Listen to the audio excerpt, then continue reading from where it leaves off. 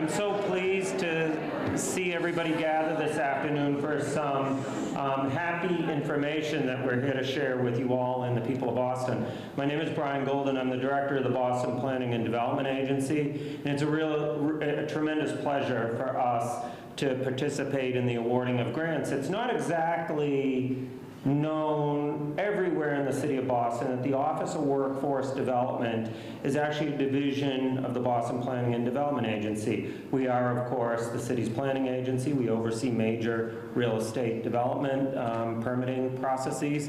We also run the Marine Industrial Park, the Flynn Marine Park over in South Boston, which employs more than 5,000 Bostonians in a wide variety of jobs.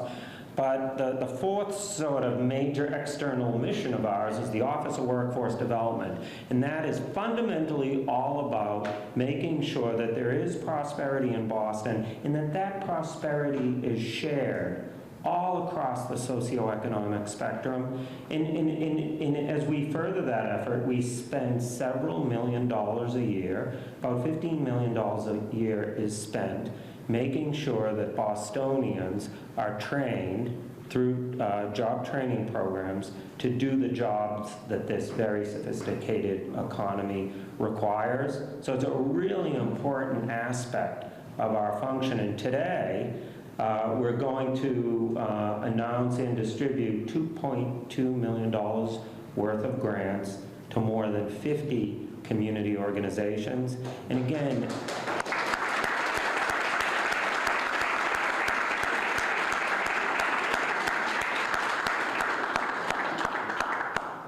this is about making sure that resources and opportunities are shared across the population of Boston in all our neighborhoods and throughout the socioeconomic spectrum. So with that, thanks so much for coming today. I'm going to turn it over now to Trin Nguyen, the Director of the Mayor's Office of Workforce Development. Thanks so much.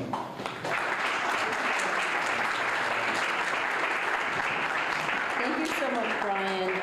And thank you for putting up with me, because every time when we need funds to support our grantees and our partners on the ground, I'm always banging down in his office and asking for funds and for more funds, because the need to support your work is so important. So thank you, Brian, for putting up with me and our office to make sure that we get the right resources and all the resources immediately out to the community, because at the end of the day, we work for you. So thank you, Brian. As he had mentioned, that my name is Trin Nguyen. I'm the Director of the Mayor's Office of Workforce Development. I have the pleasure of serving Mayor Walsh in terms of leadership and development and progressive grant policies on workforce development and education. Because at the end of the day, it's not enough for us to say development and equal access is happening in only one part of the city. It's unfair, it's uncalled for, and not a way to run the city. So Mayor Walsh and his administration prioritizes equity and ensure that all residents, no matter where you come from, what language you speak, how you got here, you will get a fair shot of this economy. So Mayor Walsh, thank you for your leadership and your work.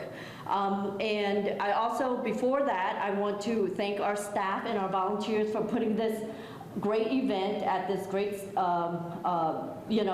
area, and we love coming here. So all the staff, raise your hands, all the volunteers, thank you for putting this event together.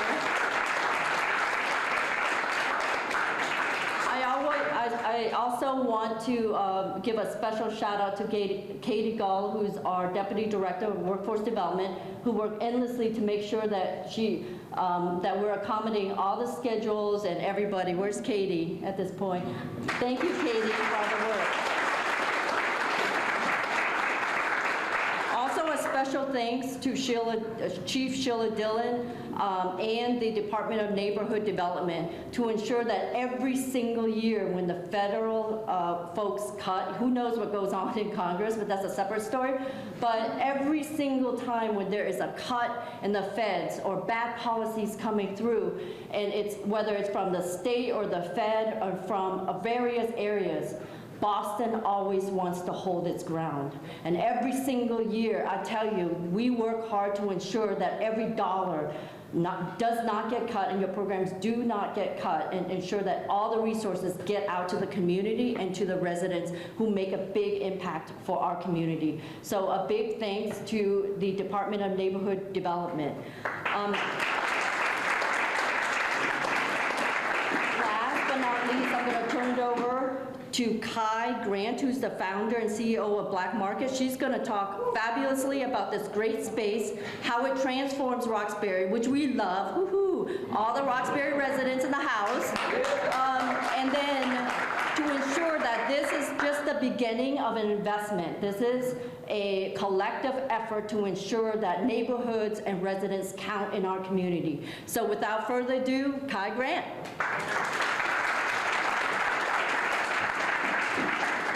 Thank you, Tren. You gave me a new title today. I'm going to accept the CEO title.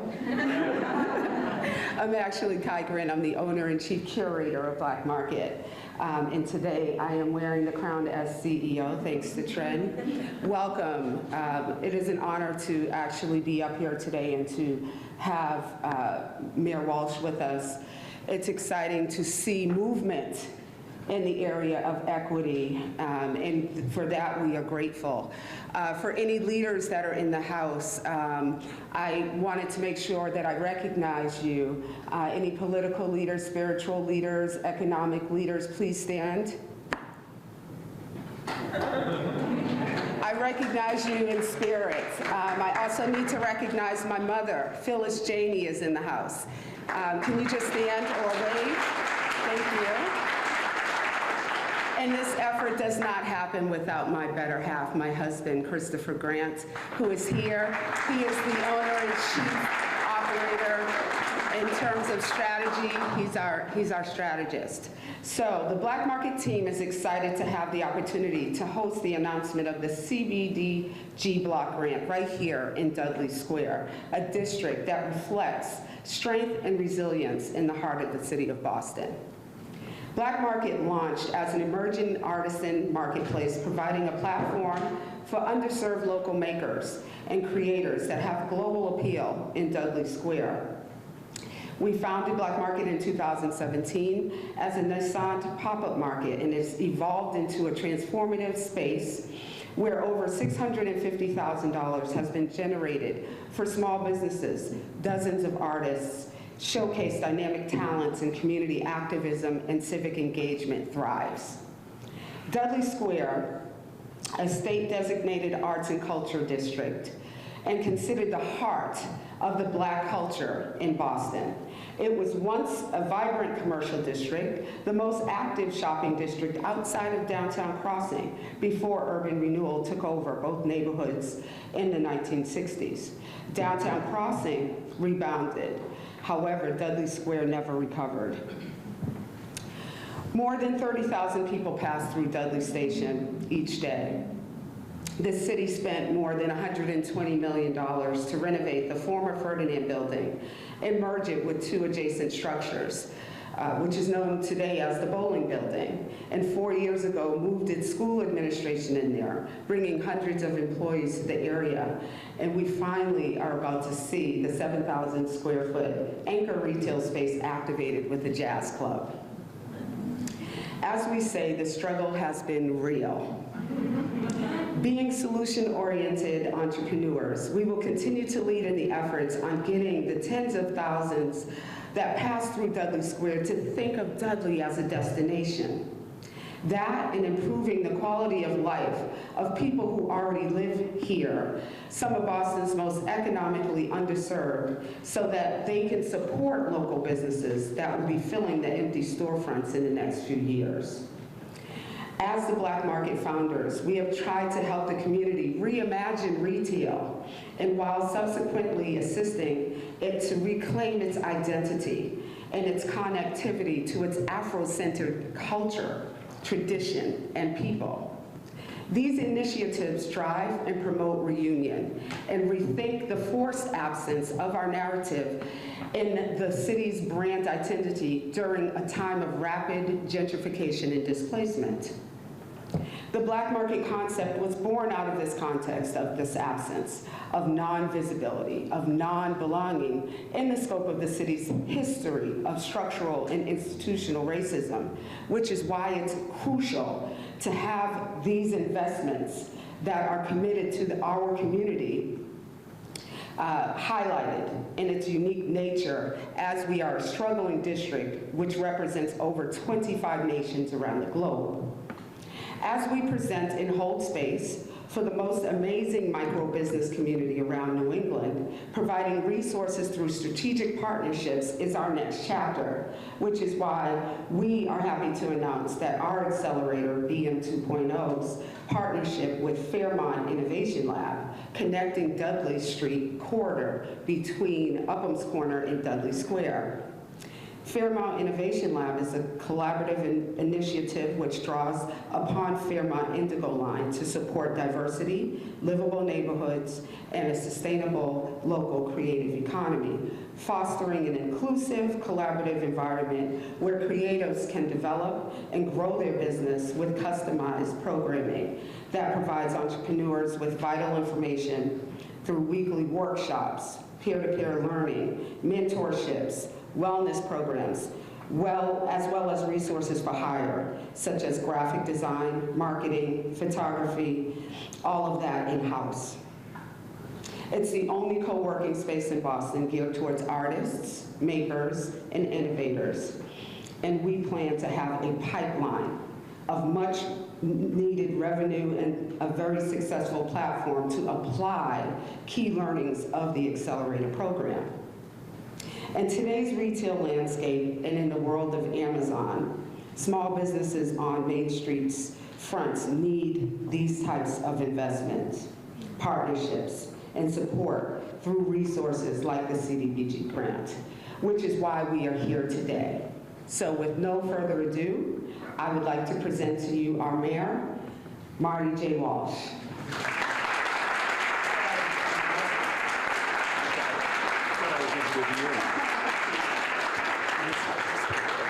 Thank you, Kai. And in my remarks, my remarks end with introducing the CEO, Kai Grant. And let me just start with Kai. This market, if you haven't been here on Saturdays, this space is amazing. And when you walk into this room on a Saturday morning, it's completely transformed into an incredible shopping district. The diversity of the different merchants that are in here, the opportunity, the diversity and the different merchandise that they sell in here, candles and clothes and shoes and everything. Some of it's handmade, some of it's made by factory machines, but it's all amazing. And so if you haven't had a chance to come by here, Council, how are you? Council Kim Janey's here with us today, too.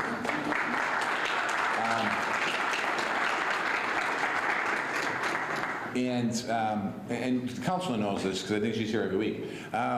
It's just absolutely amazing. So if you haven't been here, please come by and do that. Let me just thank everyone that I'm supposed to thank so I don't forget. First of all of you, the recipients, thank you.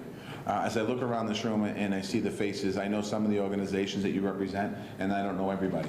And Kai has talked a lot about, and Trin talked about this, about creating opportunities. And that's what we have to do, and Brian Golden talked about it, creating opportunities in the city of Boston, really finally dealing that income inequality. Kai talked about racism and systemic racism that we all know. Or maybe everyone doesn't know, everyone doesn't acknowledge it, but understanding, creating opportunities, and that's really what your organizations do. So first and foremost, thank you organizations for the work you do, regardless of what it is. Thank you.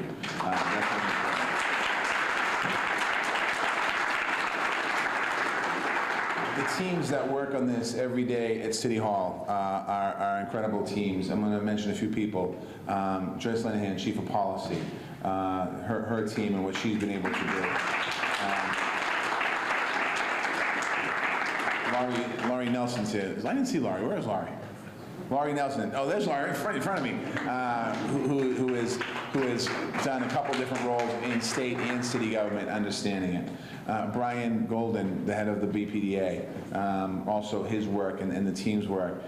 Trin Nguyen, and Trin talked about working for me, and I met Trin a long time. I met her in 2011 when I ran the building trades, and we were working on, she was the chief of staff at the Housing Authority, and I had just taken over the building trades, and President Obama had just done a huge grant for Old Colony Housing Development, and he wanted a project labor agreement, and in that project labor agreement, he wanted guaranteed jobs for people from the community, from the housing developments, majority people of color and women, to get a chance to get jobs in the project. We put together a project labor agreement. We put together a training program. But we did something different. There was a training program on the Big Dig as well. In that training program, when I took over the trades, I said, well, how many people actually got a job from the training program? Like, how many people, like, can we point back and see, like, we have this training program, and how many people actually are in the trades today? And they really couldn't tell the number. And when we started to do unofficial research, the percentage was so small that a lot of people went through the training program, like hundreds and hundreds and thousands, but the result was they went to a training program and they got paid for a couple weeks and no job. And what we did was we sat with Tran and Billy McGonigal at the time, and we said, we're going to put 100% placement guarantee into the building trades. And we created a program called Building Pathways. And that program started in 2011. And from that point till today, we have over, God bless you, we have over 300 plus young people, not young, old, middle-aged, people of color and women in the building trades today because of that program. We created Operation Exit, again working with Trin. So we have 400 people since 2011 that went through a training program and that work in the building trades. And when that office ventured out into a location to set up shop and where to be, it's literally across the street, down the street. So it works. So Trin was doing this social justice work, if you will, and doing this work for a long period of time and creating opportunities. And when I became the mayor, I called Billy McGonigal and I said, listen, I'm thinking I'm going to steal Trin from you because we're going to have an Office of Workforce Development that's actually going to work and do the job, because you can't just train. As we all know in this room, and those of us who have been doing this for a long time, there's a ton of job training programs, and we've trained a lot of people in a lot of jobs, but the reality is we didn't train them in the right places and they didn't get the jobs. So I want to thank Trin and her team, really laser focus on this work that they've done.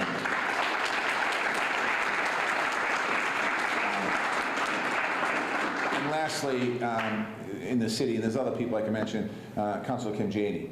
A lot of times people think that, you know, the city council's over here, the mayor's over here, the city's over here, and we all work in silos. It doesn't work that way, meaning government doesn't work that way. We can't operate like the federal government. We can't operate having the Congress that's Democratic control doing one thing, the Senate, which is Republican control, doing something else, and then a guy in the White House saying whatever comes to his mind. It doesn't work. Government doesn't work that way. The way the legislative process is supposed to work is that we all work together. We might have disagreements. Sometimes they go public. But at the end of the day, it's how do you get to a common goal moving forward. Councilor Janey's love for this community is just like Kai said, and driven by their mother, is how do we create equity? How do you create opportunity? How do you bring back, I don't know if the glory days is the right word, but the glory days for this area? Because Downtown Crossing went through a time when I was a kid that we went shopping there, went to Jordan's and Filene's, and we went all those places, St. Anthony's Shrine, every time we went in town to light candles and say prayers. My mother kept them going single-handedly by buying mascots for people. And then in the 80s and 90s, it wasn't the same. And the trajectory for Dudley can be the same when you think about before urban renewal, after urban renewal. The problem was that government focused in Downtown Crossing to make it work. Government didn't necessarily focus in the community. And it's not just government, it takes all of us. When you think about the collaboration that we're talking about, when I mention all the public employees here, that's Councilor Janey, all of us working together to really move forward. But we can't do that without you. And this truly is a partnership. It's a partnership. It needs to continue to be a partnership as we move forward. We don't have to agree with each other. We don't even have to like each other. All we have to do is have the same mission as want to help people, want to close equity gaps, want to create opportunities so that the young people that we pass through to get here, the kids that are sick and suffering out there with booze and drugs, that we create opportunities for them and make sure that they have opportunities in their life that are real opportunities. That's really what our function, our goal is to do.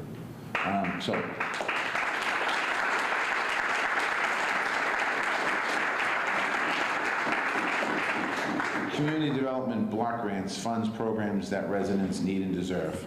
I'm not going to go too much into all this because you know already, but ESOL classes, career-ready training, after-school programming, academic counseling, financial coaching, legal representation, job training, economic support. All of those programs, which, by the way, most of those programs that are the support programs are right within a walking distance of this building. That's important. It's important that we continue to help support strong quality of life for the residents who need it the most. Not every resident needs it, we know that. Many of us in this room probably don't need it. But it's important for us that we create opportunities for those folks that do need it. As a city, we need to continue to build pathways into the middle class and boost the economic mobility.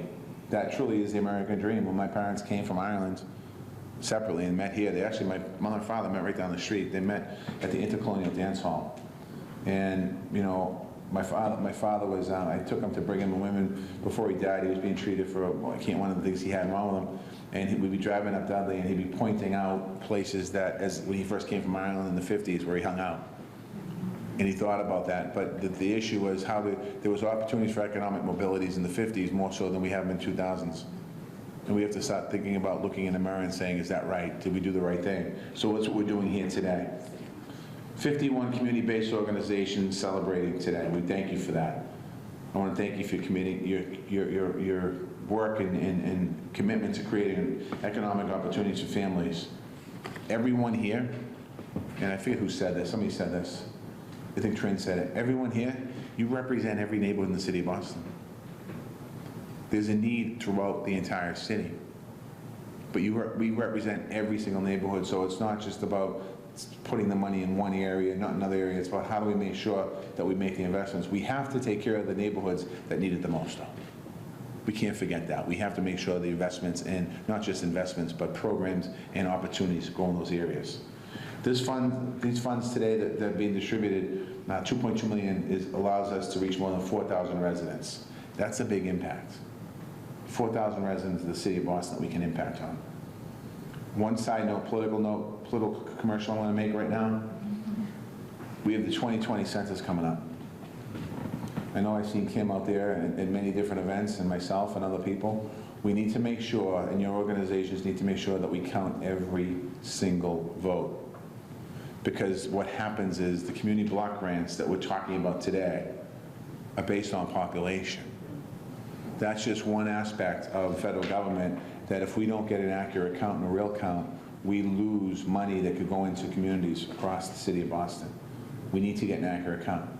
Needless to say, we also lose representation. At one point in Massachusetts, we had 12 Congress people. We have 9 today. In Boston, we used to have something like 27 state representatives. We have 17 today. It makes a difference. So as we move forward in the census, every Bostonian needs to be counted, because every Bostonian does count. So I'm going to end with, and my ending is this. I was supposed to introduce one of the great recipients, Kai Grant, from the Black Market, to say a few words, but Kai already came up here, so I'm not sure what my final word is. But my final word is honestly, I think we do this work, all of us, and I say this, nonprofits and being in elected office, at least most of us. We do this work because we're in it to help people, and we love helping people. And there's not enough people in Washington that are in it for the right reason. They're in it for their own egos or what have you, and I think that's a sad statement today. And I think that a lot of people want to tear down government today. But I think about Boston and Massachusetts, but in particular talking about Boston today, I think about a lot of the great work that's happening right now in this city, done by so many people. And when you think about that, there's still so much more work to be done that we haven't been able to even tip the iceberg, if you will. So again, to all of you today, the recipients, thank you, congratulations, and I'm going to turn this microphone back over to Trin.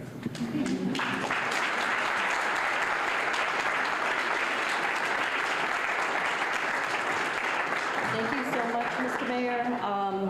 And I'm going to stick to time because I'm a stickler, and then I know a lot of people also have a tight agenda. But I do want to say this. It's 2.2 million that we're giving away through community development block grants. But our office, as Director Golden has stated earlier, is that we give out anywhere between $15 to $18 million, depending on our funding sources and development and the linkage fees that come. So every time when we're advocating for additional resources, we get it out the door. And then the second thing I also want to say is that 52 agencies who got awards were stellar. Not that others didn't get it. We had an overwhelming request of $8 million. And from over 100 applicants. So for you all to be here to accept it is that you accepted the call to serve. Not only that, but you were also innovative, extremely strategic and smart in doing what you do best with the dwindling resources. We recognize that.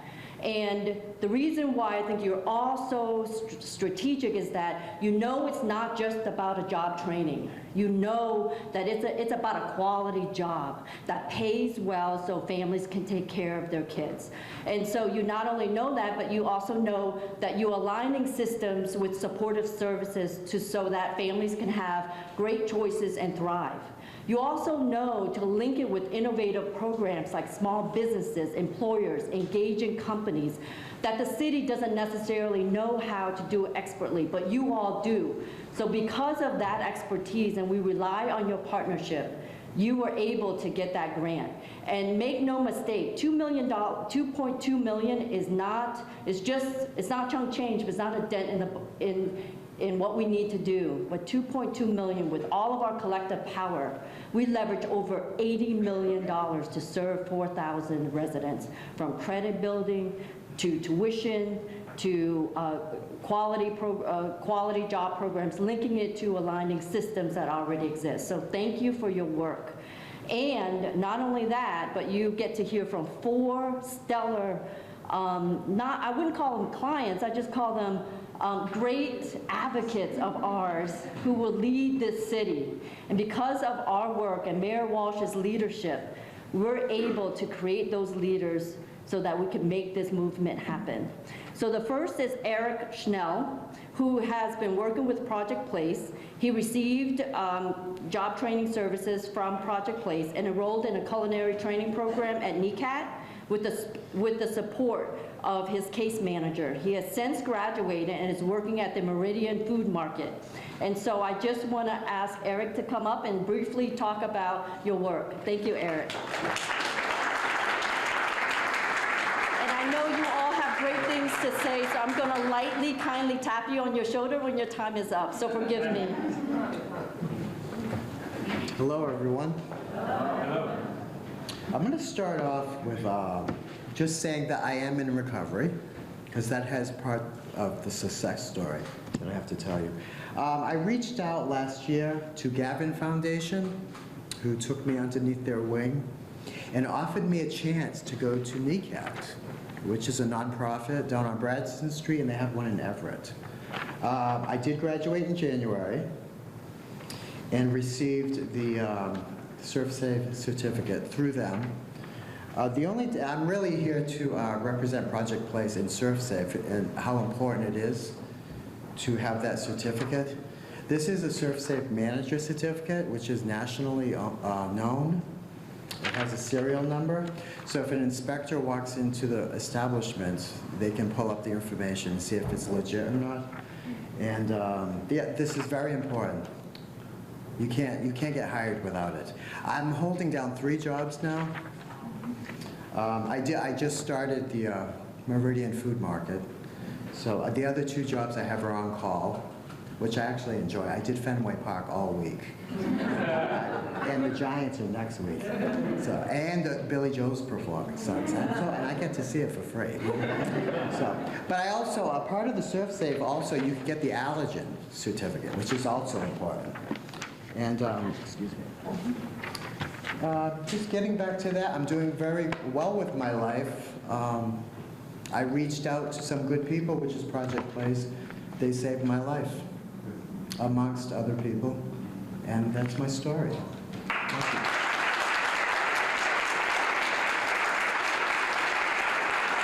What a great leader. Simone Atkins from Project Hope.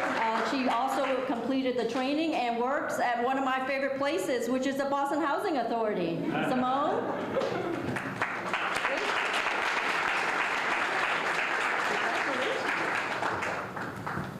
Hi. Hello, my name is Simone Atkins. Thank you to being here this afternoon. When I first come to Project Hope, I walked in the door and I didn't know what Project Hope is all about. So I saw the reception. I asked her what it's about. She explained it. She told me it's Project Hope is a ready-made program that will help you, do resume and also other stuff. So she turned to me and said, there's a session that's gonna open on Friday. If you wanted to attend to the session, you could come. So I went to the session, get some more information about the Project Hope, and Project Hope helped me to stand right here talking to you guys. I'm a little bit nervous. So I continue with Project Hope. I started the program Fast Track, and I realized that Fast Track was a good program, will help me in the long run. So I continue. They have another program that will teach you more about computer skill, which I didn't have any clue about computer. So I started doing the program, finished the program, get my certificates, and get introduced to Fridge, that's a temp agency through Mass General Hospital. I'm still working with them. My daughter, she got a four-year scholarship through Wentworth Technology.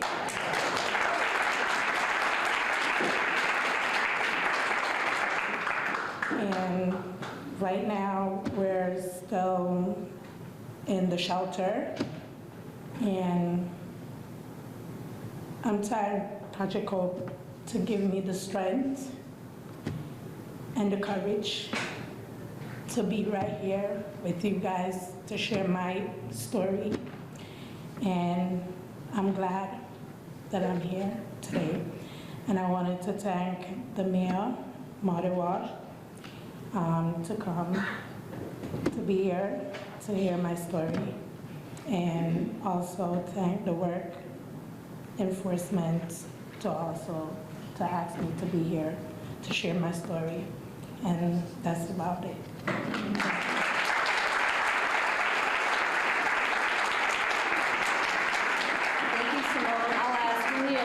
From Excel. He just graduated from the Boston Public Schools. Go Julio. And he went to college but ended up dropping out after a few semesters because he couldn't afford it. He got connected to Excel, which is also a great partner in conjunction with you all. And he received his certification as a wastewater treatment plant operator. His new employer will pay his tuition and help him finish his degree. That's the kind of work that we support. And Julio, you are one of the leaders that will help us get there. You want to tell us a little bit about your story?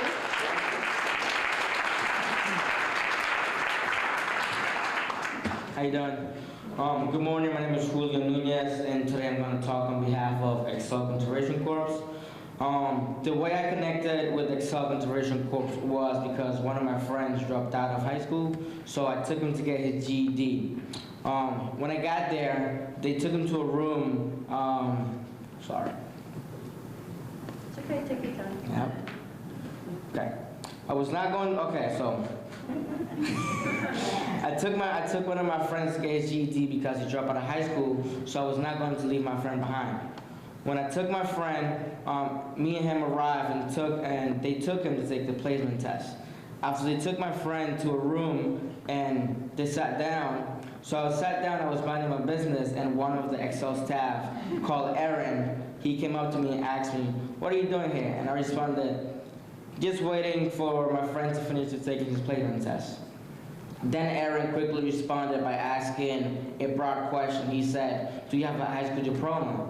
And I answered with a lot of confidence, yes I do. I graduated BCLA in 2017. As Aaron and I got to know each other, he asked me, what do you do now for school and work? I paused for a second and said, I'm a manager at a nonprofit called LeBron Mixed Martial Arts, and I attend Fisher College, but I currently had to take the semester off because it was getting really expensive. After I said those words, he quickly answered by saying these magic words. Let me talk to you about Excel Conservation Corps and its purpose. The purpose for Excel Conservation Corps is to offer high-quality education, career training opportunities, excuse me.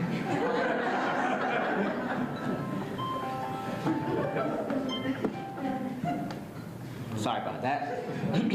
So the purpose of Excel Conservation Corps is to offer high-quality education and career training opportunities in the environmental, conservation, and agriculture fields. Excel Conservation Corps focus on matching young adults from the greater Boston area with educational and career opportunities focused with water conservation and wastewater management. And on top of that, Corps members get paid 20 hours a week to do conservation work projects. So I decided to enroll in the program, and I discovered that Aaron was the crew leader from Excel Conservation Corps. Some of the things that I did in Excel Conservation Corps was I learned what a wastewater operator does, and also we learned how to take pH and E. coli samples with the help of the Neponset River Water State Association. I learned about green infrastructure, and we trained to make presentations about green infrastructures as well. I also learned about what a bioretention cell is and what is its purpose and how to maintain bioretention cells. But my most favorite part was when we learned about benthic sampling, because I didn't know that you can tell how the quality of water of a river or a lake is by just looking at what type of animals live there. The best part about Excel is that Aaron holds you accountable to the expectation of being on time, respect one another, and how to work in a team, and always be willing to learn. The final step of the conservation course is that they will get you in an interview, for a paid internship in the wastewater industry. I interviewed and was placed in a paid internship with Woodard and Curtin. At Woodard and Curtin, they teach you everything you need to know as a wastewater operator, and also, most important, they get you ready to take the water operator license exam by giving you online classes, and they also give you tours of different types of wastewater treatment plants to learn how each facility works. I will take my wastewater operator this coming up Friday, September 13th,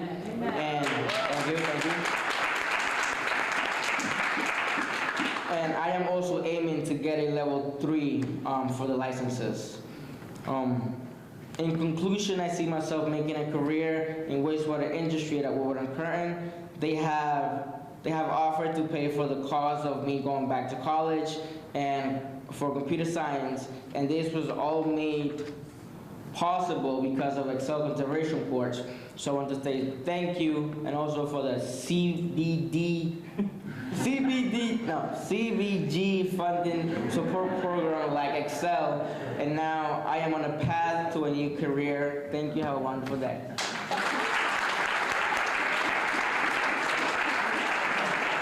Thank you, Julio. I have graduate degrees and can't say community development block grants either. Last but not least, I want to ask Abdi Yusuf from the Somali Development Center to briefly talk about the impact of the grant and how that's working within the Somali community as well. Thank you, Abdi.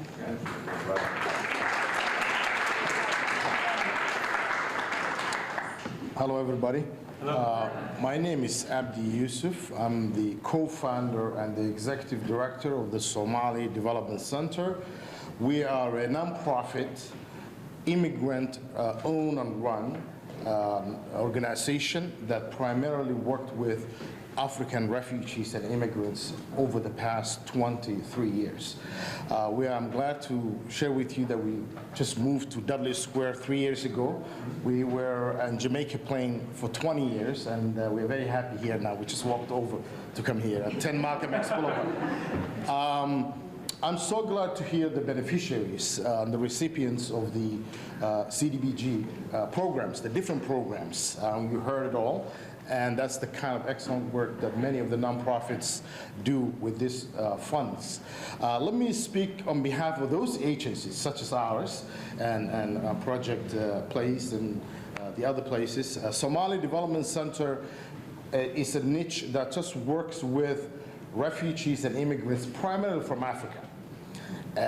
So we help them with all kinds of social services, but the CDBG funds are used for a program called Road to Economic Self-Sufficiency, which means that we do two things. We prepare our clients job readiness and then job placement and follow-up. And we have people from all over different parts of Africa originally. One of the reasons is that because we speak their language, we understand their culture. I myself speak only two. Mahad, sitting over here, who's our program coordinator for the RISK program, he speaks three. So he's able to handle all the Ethiopians and Eritreans who come, and he speaks English and Somali, and some Arabic, I think, too. So we do a lot for very little resources. But we are grateful to the city of Boston for the past 13 years, to the mayor and Brian and Trin, which we go a long ways back. We work together. I'm glad to see she's in the city because she understands exactly what the nonprofits and people who do this kind of work are going through. So I'm very happy to have her in that position.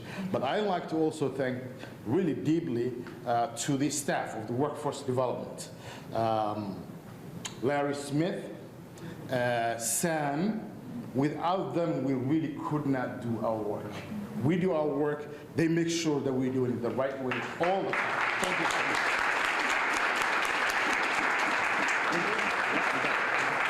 Thank you. Thank you, Abdi. And that's actually, in closing, this is only the first step, so we really encourage you to make connections, collaborate, make sure your programs and your services are working to serve all of our constituents in the city of Boston. Thank you, Mayor Walsh, for coming. Thank you, City Councilor Janey. I do, and all of the cabinet chiefs and staff, thank you, Brian Golden, for coming, and all of you for coming as well. I want to give a plug to the Office of Neighborhood Career Fair Series. It's this Thursday, September the 26th from 5:30 to 8 p.m. at the Mildred Avenue Community Center. It's free and open. Lots of job openings from the city and also engaged employers and the census jobs as well. So please spread the word. Thank you all for coming. Thank you for your work. And this is just the beginning. Thank you.